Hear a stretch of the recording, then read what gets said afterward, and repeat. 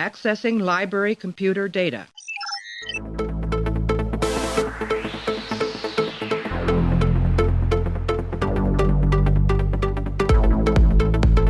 to make sure that history never forgets the name Enterprise.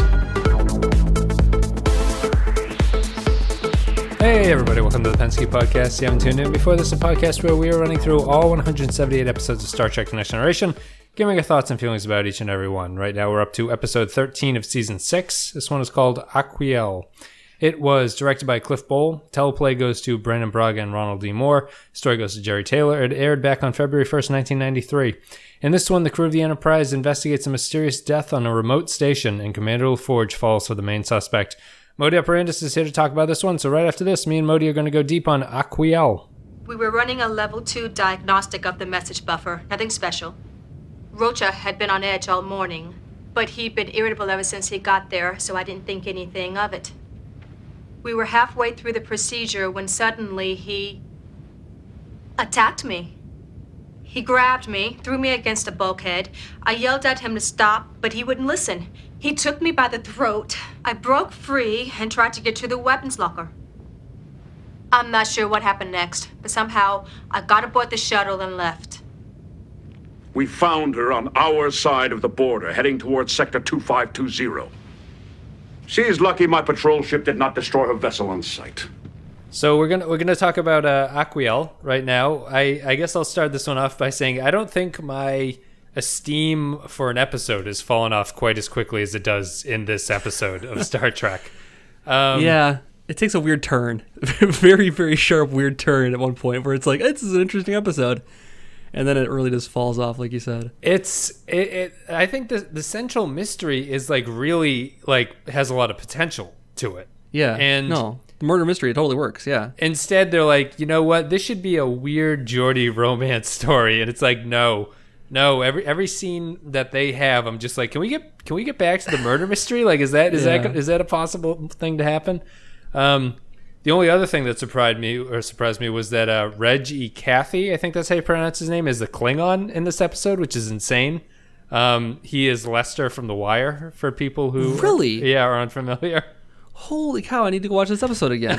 It might change your opinion of the episode. It changes everything. So what I'm going to do here is, why don't you tell me? I'm going to look something up. Why don't you tell me what you thought about this, in sort of broad terms?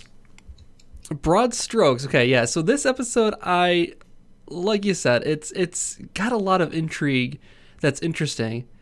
But Geordi, I don't know if I feel bad for him or what, but he just seems to have a type of woman that he can't actually interact with, that he falls in love with, like holodeck woman, and then has this projected version of her. Yep. That when he actually meets her, it's not what he expected, and then it's the exact same thing here. So he certainly has a type.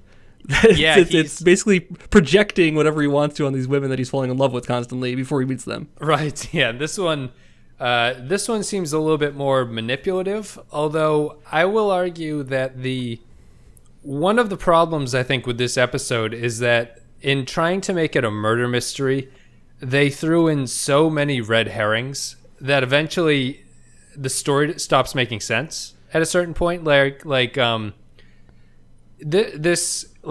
is Aquiel supposed to be a good person? There's so much evidence uncovered that she's a bad person. Riker's like, she disobeyed orders or something, or her commanding officer said she was difficult. She's doing something sinister with that crystal, another crystal type. Yeah, crystal people. What is going on with people trusting crystal rituals? And all races are empaths, apparently, except humans. Last 4 episodes I've been in, there's been an empath of some kind.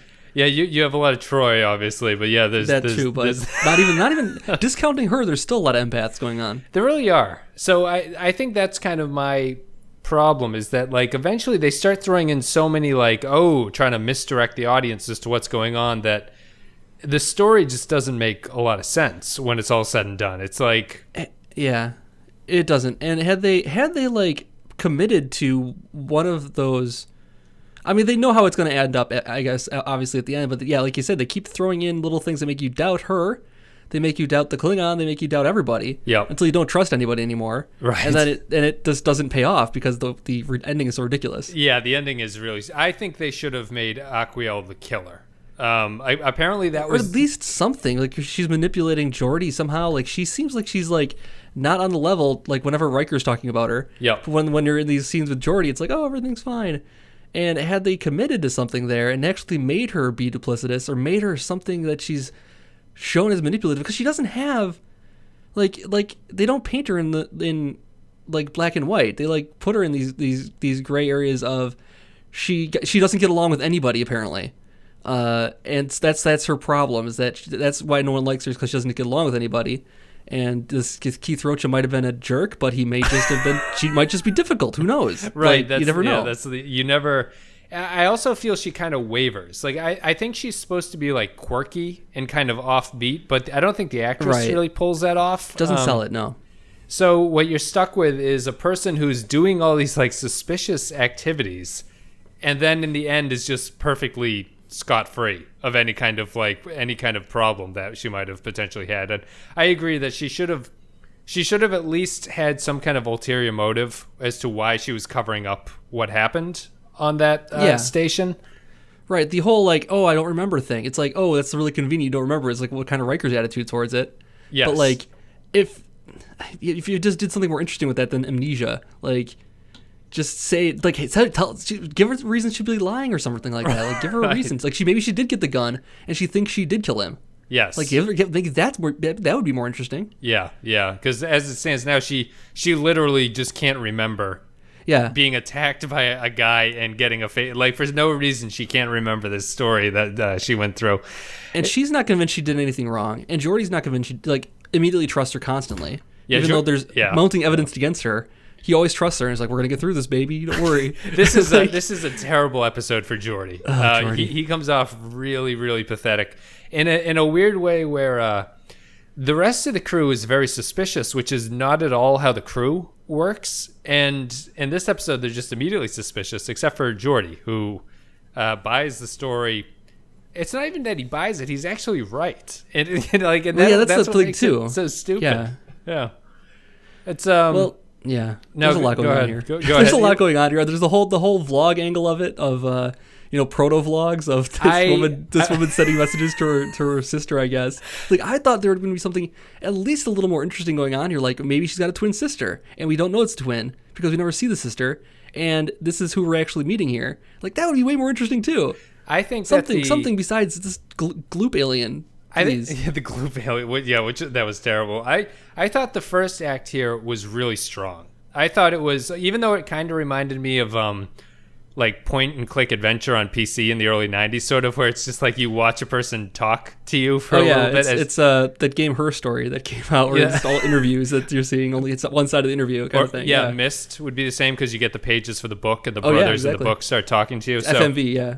So it felt very similar to that, and while it wasn't the most exciting thing, I was at least like, all right, Geordi's gonna... I didn't really remember this one, and I was like, Geordi's gonna get involved in, like, analyze these logs, and he's gonna get to the bottom of a story. It also struck me as funny that in the future, the only way they can absorb log knowledge is by actually watching the logs. Like, yeah, there's no, like, transcripts you can get. Right, you can't just actually, run it no, through. he gets transcripts for the other guy. The other guy's not doing vlogs, apparently, though.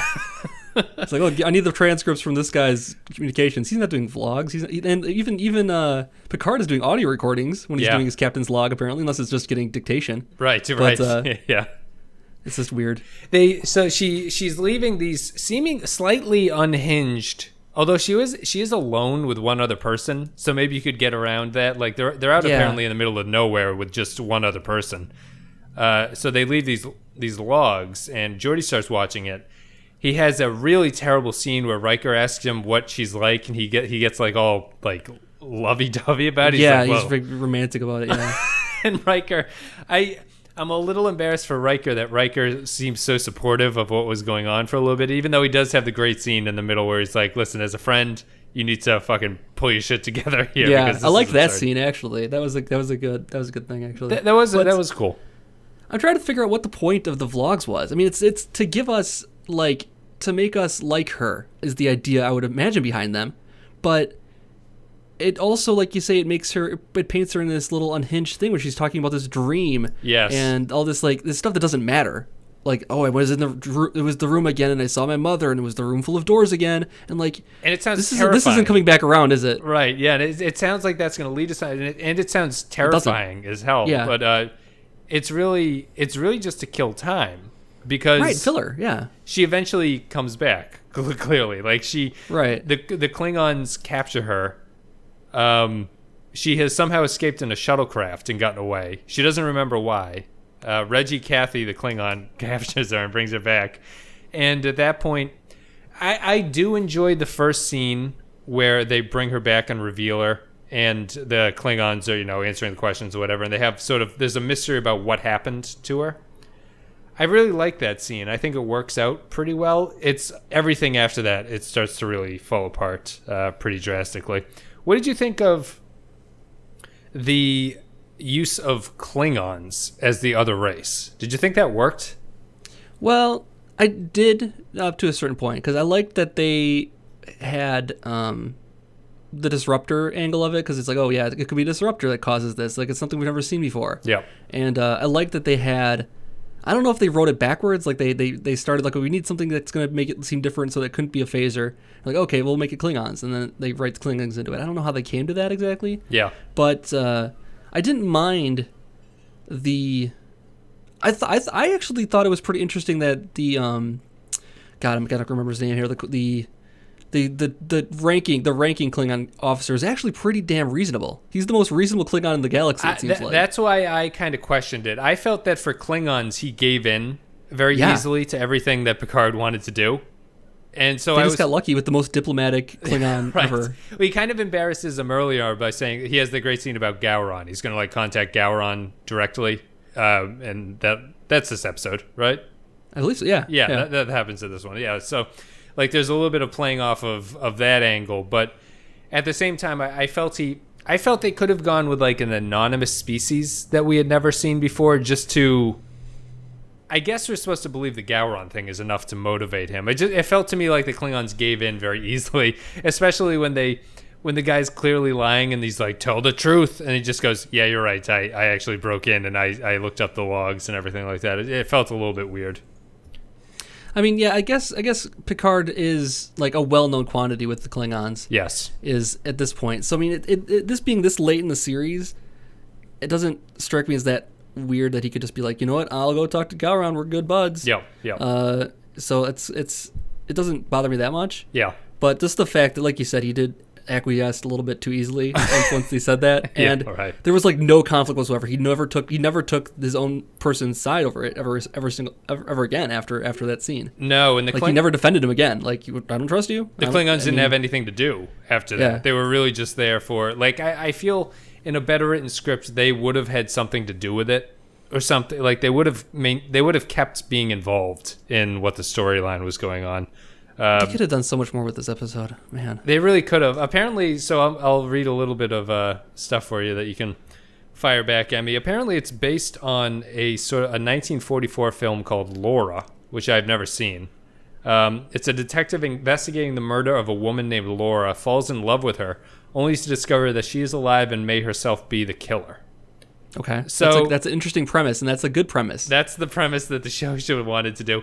I guess originally she was supposed to be the killer, but the show thought it was too similar to Basic Instinct at the time, which I don't really care. That's a better storyline than. Well, I guess we should talk about the dog and how this all wraps up, right? Because oh God, yes, please. So my notes here, I'm just going to read the last.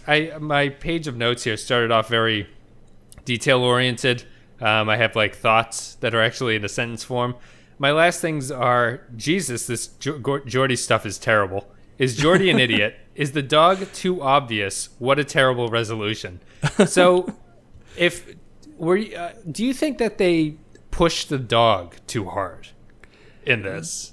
Yes, the dog was the dog also was too lovable. Yeah, right. The whole thing with this is that the person when Rocha returned, he was obviously inhabited by this goop guy. Yep. and it was controlling him and making him act erratically once he started being able to not hold his form anymore. Well, it is like it's no longer that person. It's like this thing in that form. Yeah, right. So, I mean, the dog isn't acting off. Like a dog, there's nothing wrong with the dog. The dog's just like doing the stuff that dogs seem to always do. Yeah. And I mean, even Aquiel is not even bothered by the dog. Like had the dog seemed off to her when she met it, then like because this dog she's never met before technically. Yeah, and this true. dog, I mean, this dog has met her technically because it was the goop creature, but it's just odd that.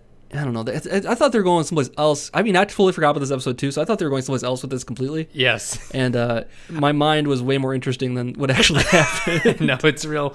It's really sad. I was just thinking that the story of the two of those lieutenants on this space station is actually of itself a very good plot. Like, if you are only those two on this isolated station and one of them is the alien, you know, like something's very weird about that person, that's a little bit creepy. I'm kind of giving myself goosebumps now just thinking about, like, how you could actually make that into, like, a little standalone short film or something. Yeah. Instead, it's just, it's... So what happens is this woman is working with this guy named Roca, who is a great guy, but she doesn't get along with him because he's been taken over by an alien that apparently makes you ill-tempered.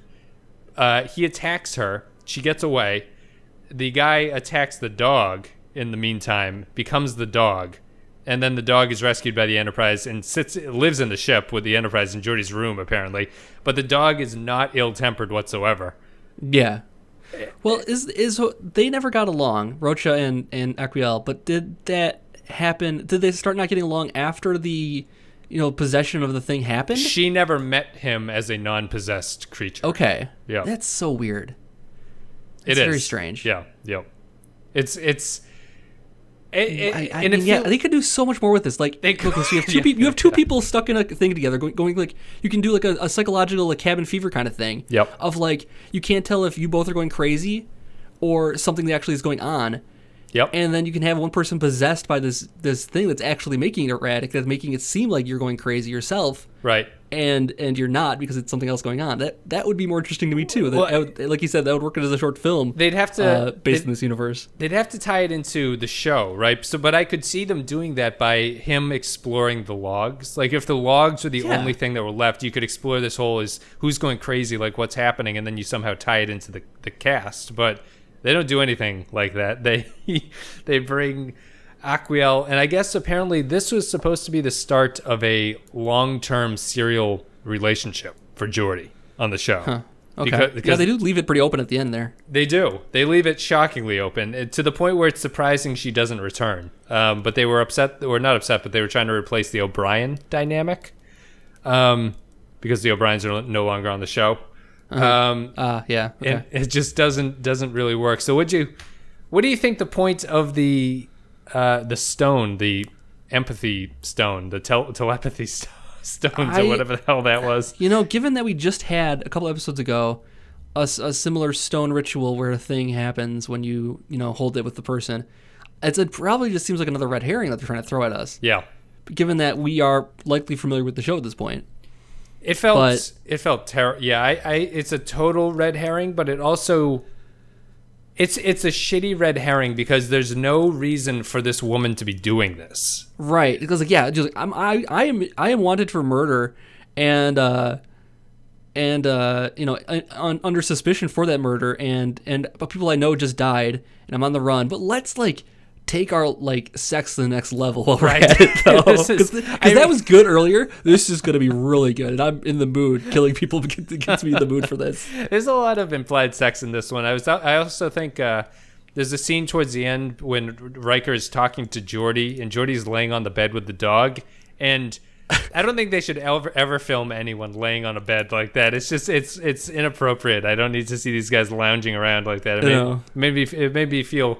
It's just it's not natural to film somebody sort of laying on a bed while someone's the angles talking. end up wrong. It does not work as well as people think it does. No, I mean, in the real world it does, but the angles in filming do not work. Yeah, right. it looks like he's just uncomfortably and paunchy, just sitting on the bed like that. But yeah, it's I mean, now that I'm thinking about it, it kind of reminds me a little bit of how remember in Cupid how we weren't sure if Vash was playing Picard or if she actually cares for him. Yeah. I get the same problem. I get the same feeling here, although it works better in Cupid because you're not supposed to know what's going on. Sort of like it's not it's in character of Vash to be sort of duplicitous. Right. This character is played 100% duplicitous, and it ends up not amounting to anything, which is so. It's bad writing because they're only doing it to try to confuse the audience, and there's no reason why it would exist outside of that. And Geordi's not at all conflicted about it. Right. Like if he had doubts himself that we, the audience, were also experiencing, then that would be more interesting. Yes. But the fact that we're watching this character who we don't trust, and we have a character that trusts them completely, it paints Geordi as an idiot then. Yes, especially because the whole crew and everyone else is against you, and Yeah. you're the one person standing for this person that even the audience does not trust. Right. And so you don't come off very well in this, Mr. LaForge. You do not come off very well. No, it doesn't. It's such a up in the air thing. Yeah. So the dog. I mean, we also need to talk about the resolution because the resolution, while it's a plot twist, is so anticlimactic and stupid. Like, it's also kind of problematic because I think you could write the ending of this show as no one believing what Geordi says because they're like, you're trying to defend the woman that you're in love with, so you nuked the dog with a phaser. You know what I mean? Like, yeah, there's no crime. he has no proof or no evidence of anything that he's done. Like, you needed another cast member to show up and see the thing. Yeah, it's just a story he tells now. It's like, just it's just a story. The goop thing. It was the goop thing. It was the goop thing. We know there's no cameras on the Enterprise because they've never shown that before. So he dives on the floor and fires a phaser at this horribly CGI'd blob, and he nukes it, and that's the end of the story.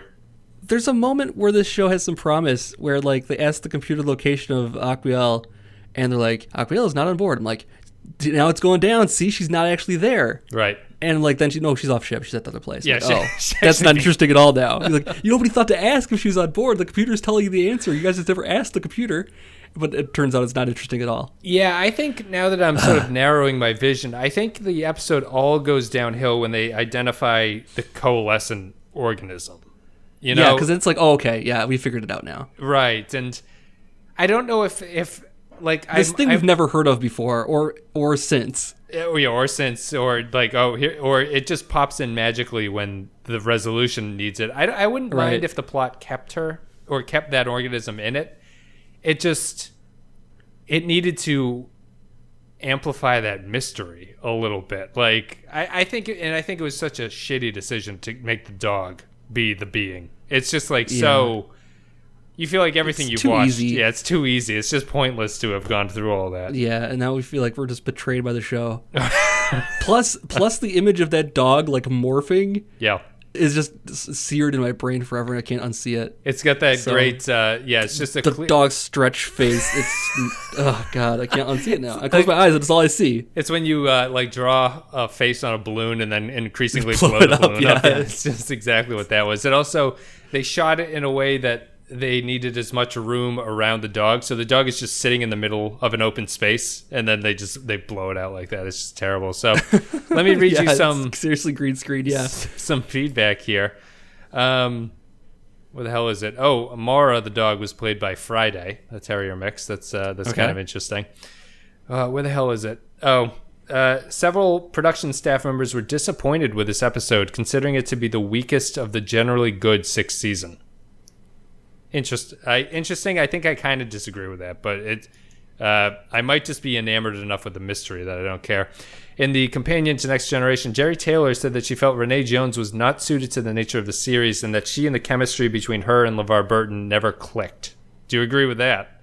Yeah, I don't think their chemistry was at all good. I think she was okay actually, as the character, but I don't think that their chemistry was good. Geordi had better chemistry with the dog. That's true. That's actually true.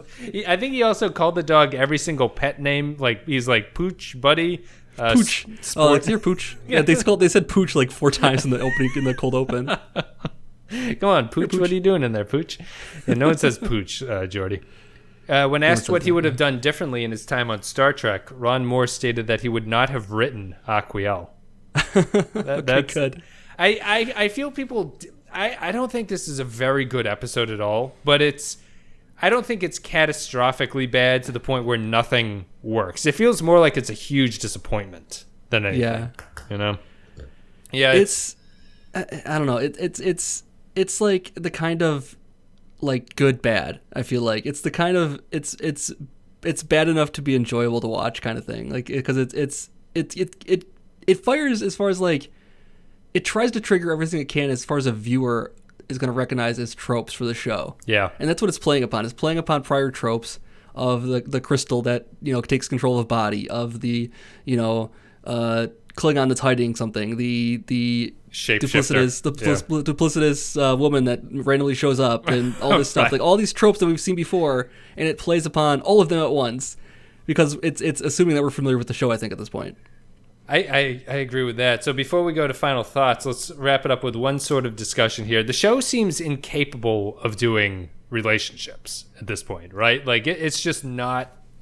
It is not within this show's capability to do a relationship episode that feels like it's anything realistic. Why do you think that is? The only good ones I can think of are the later with the Troy and the Worf stuff is not bad. Yeah. Like when it's in the alternate reality. But I don't think there's any. Yeah, I mean, even like O'Brien and their relationship is sometimes just kind of weird. And they're the closest thing we have to a normal couple on the show, and it always feels weird. I don't know if it's her acting, probably. But no, theirs feels weird because it's like you don't spend a lot of time with the O'Briens, so when you see them, they're having arguments that nobody who's been married is still like. They had that one episode, I think it was The Wounded, where they're like. She made him food, and he's like, I don't like this food. And she's like, I didn't know you don't like that food. It's like, what are you talking about? Like, how does... You've been married for like 5 years. They've been married for years, and they're having this argument about whether or not, like, he likes the food. And also, they replicate the food, so who gives a fuck? Go replicate throw it out, make some more.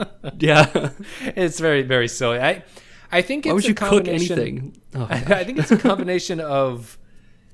I think the writers were young and single, unsurprisingly, for the sci-fi show. But I think that...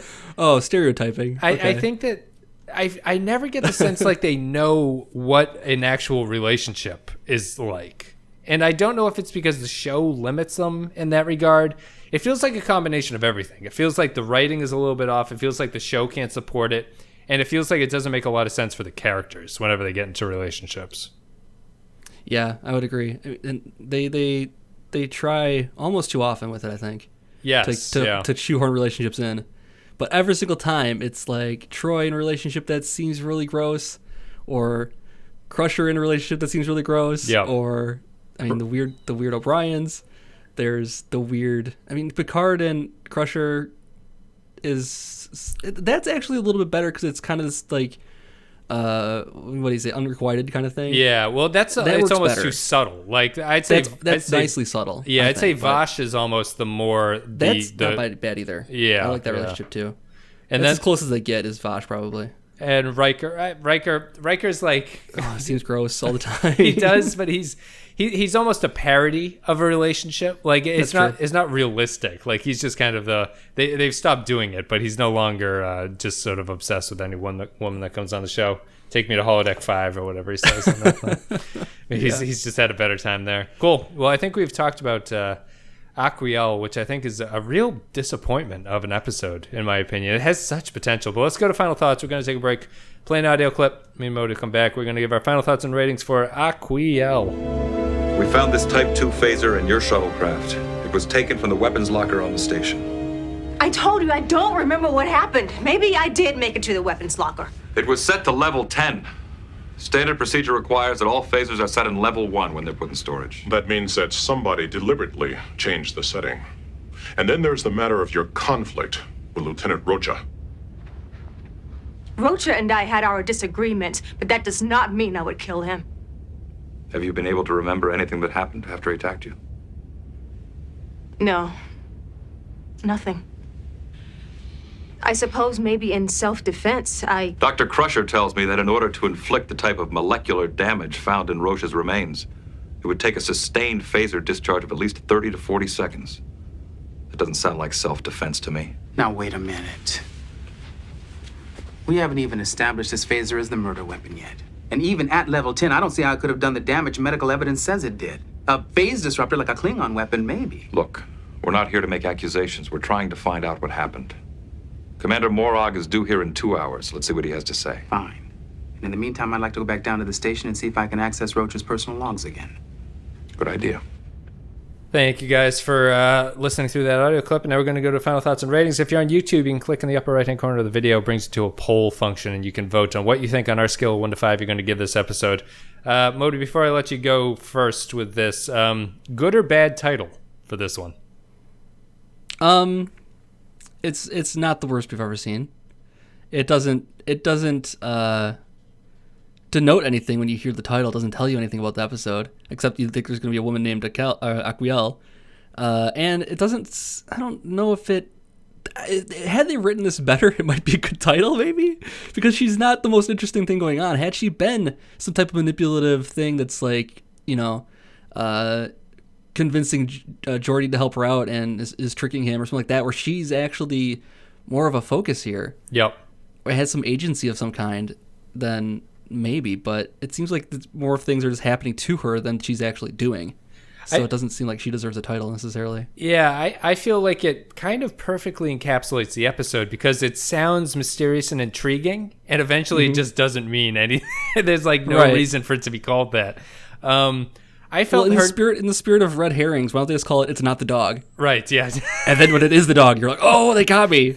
It was a well crafted episode we got from you. the beginning. That's the entire episode basically. Is the title should be "It's Not the Dog," and then just watch the episode. That's basically it. That's all you need to know. I found her name to be mildly distracting. Her name is like Aquiel Unari, and it was like, why is her name so exotic sounding? Is it distracting me from the murder that she did? No, I guess not. And then the characters call her different things. Like Geordi calls her Aquiel, and everyone else calls her Unari. And you're like, okay, this is not like you're not saving any syllables either way, so it's a little tough for me. Yeah, I think it's a sound. It sounds much better of a title than I think it actually ends up. But I do like the idea of the title outside of that. So, what are you going to give this guy on our scale of 1 to 5? I think there's 40% of a good episode here, so I'm gonna give it a 2. Yeah, I'm the same. I think that through the first act, I was like, oh man, this is a good 4. I can just feel it. This is good. Oh Jesus, Geordi's trying to get in a relationship. Oh, it's a 3. Oh Jesus, it's a coalescent organism. What the hell is that? Oh, it's a dog. All right, it's a 2. That was it just kept getting a little bit worse. It's a point off per act, basically. It basically was, yeah, or like a half point or something. I think I'm going to settle on a 2 because I agree. I don't think it's 40%. I think there's like a quarter of a good episode here, and it's all the mystery stuff that they do up until the fact that they reveal it's a shapeshifter, or that it's a dog. I think is probably the worst aspect of that. I'll give it a solid 2 because it had potential. It just didn't amount to anything. Didn't amount to a hill of beans, unfortunately. All right, guys. Well, thank you very much for listening. If you enjoyed the content, you're on YouTube, like in the comments. Appreciate it. If you're on iTunes, a rating review helps get the show out there. You can go to patreon.com/thepensky podcast if you enjoy it. Get some exclusive content by donating a couple bucks a month. You can go to facebook.com/thepensky podcast and leave a like and a comment there. All that is very helpful to me. Thank you very much for listening. I appreciate it greatly. Modi, thanks for coming on and talking to Aquiel. No problem. And you're going to be back with Face of the Enemy right after this one. Nice. That'll be interesting. Yeah, and we'll take it from there. So, guys, we will see you in a couple days.